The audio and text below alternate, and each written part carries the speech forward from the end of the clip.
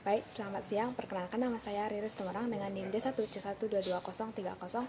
Di sini saya akan mempresentasikan hasil ujian saya, yaitu mata kuliah Ekonomi Teknik. Berikut adalah soalnya. Berikut ini adalah beberapa asumsi atau dasar sebagai perhitungan pada analisis kelayakan usaha protein konsentrat kedelai. Langsung saja untuk ke pembahasannya. Di sini sudah tercantumkan yaitu asumsi dengan modal milik sendiri, jumlah jam kerjanya 5 jam per hari, jumlah hari kerja 300 per tahun. Berat produk dalam satu kemasan yaitu 100 gram. Rencana kapasitas produksi itu 300 kg.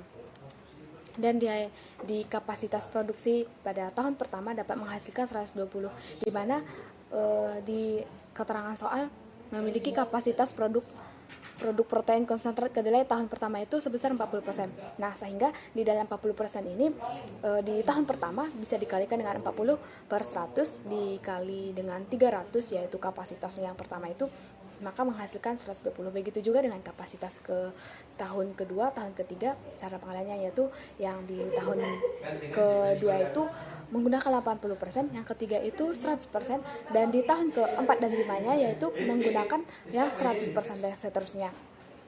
Nah, maka dapat diketahui itu kapasitas dalam produksi dalam tahun kedua itu 240, dan di tahun ketiga itu 300 kg. Dan harga dalam satuan produk itu dalam satu kemasan itu menghasilkan 2000 per pieces. Untuk lanjut di investasi ini merupakan di bagian-bagian peralatan. Yang pertama itu alat texturizer, yaitu 1 unit. Di dalam harga 1 unit ini memiliki Rp600, dan di mesin penggiling ada 1 unit yaitu dengan harga 500. Jadi jumlah dari investasi ini yaitu sebesar Rp2.125.000. Di tabel kedua lanjut yaitu tentang tabel biaya tetap, di mana tabel biaya tetap ini ada penyusutan alat, pemeliharaan, dan tingkat bunga. Di sini menggunakan tingkat bunga dari keterangan soal itu ada 20%. Maka di penyusutan alat ini 20% hasil dari jumlah alat yang digunakan itu yaitu Rp1.325.000. Maka 20% dari Rp1.325.000 ini menghasilkan Rp205, dan di pemeliharaan alat tersebut menggunakan yang 3% yaitu Rp39.750. Dari tingkat suku bunga yang digunakan itu 20%, maka hasilnya yaitu Rp425.000. Jadi hasil dari biaya tetap ini Rp729.750. Lanjut untuk di slide berikutnya yaitu tentang lanjut ke biaya tetap yang terdiri dari biaya operasional. Di tahun pertama menggunakan bahan baku sebanyak 120, di mana kapasitasnya tadi 300, dan di tahun pertama itu kapasitas protein konsentrat ini 40%. Jadi dari 40% itu kan menghasilkan 120. Jika di bahan bukunya yang digunakan itu sekali operasi itu 2 kg. Jadi 2 kg dikalikan dengan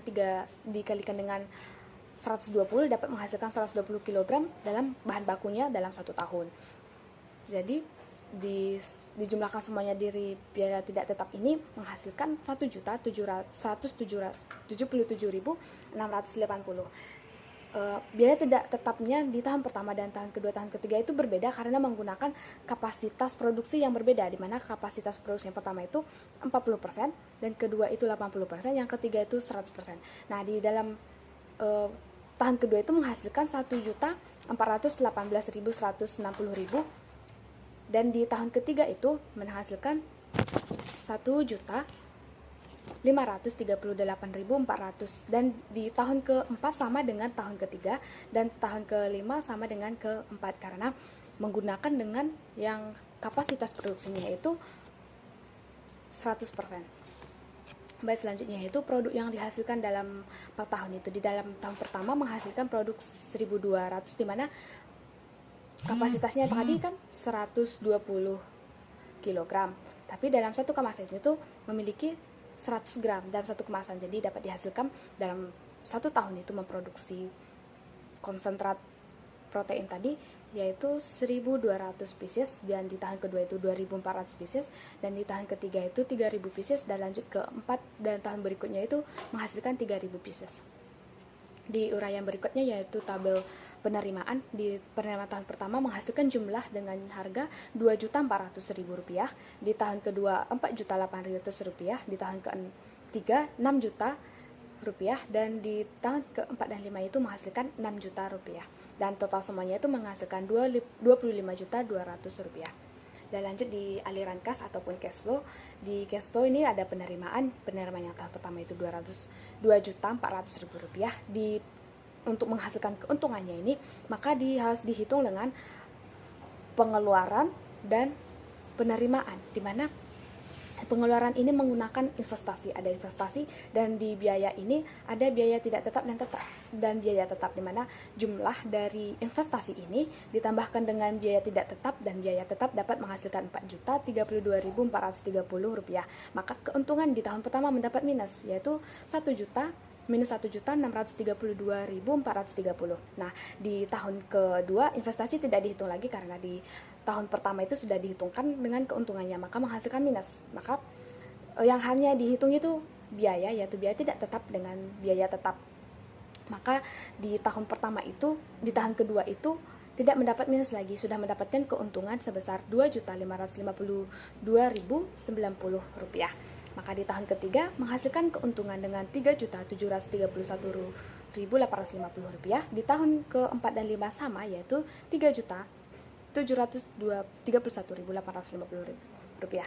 Nah, selanjutnya yaitu ada present value atau nilai waktu sekarang, di mana menggunakan di dalam soal itu ada 20%, 30%, dan di 70% dapat dilihat di dalam tabel. Tahun pertama, tahun kedua, tahun ketiga, dan tahun keempat sudah tercantumkan. Lanjut yaitu ada net present value.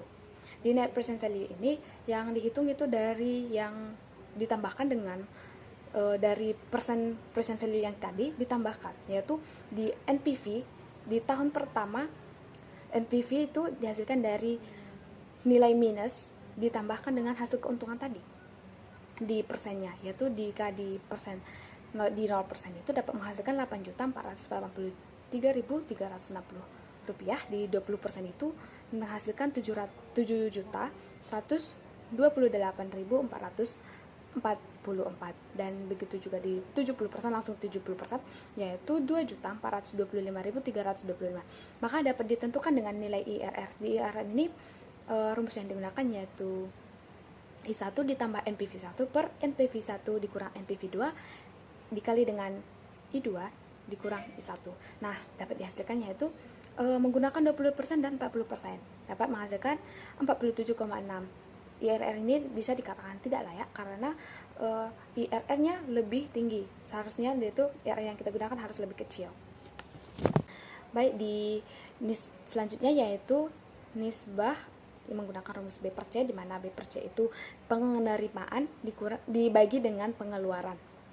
Di I 0% menghasilkan 1,44, di I 20% menghasilkan 1,72, dan di I 30% menghasilkan 1,63, dan di 70% menghasilkan 1,35.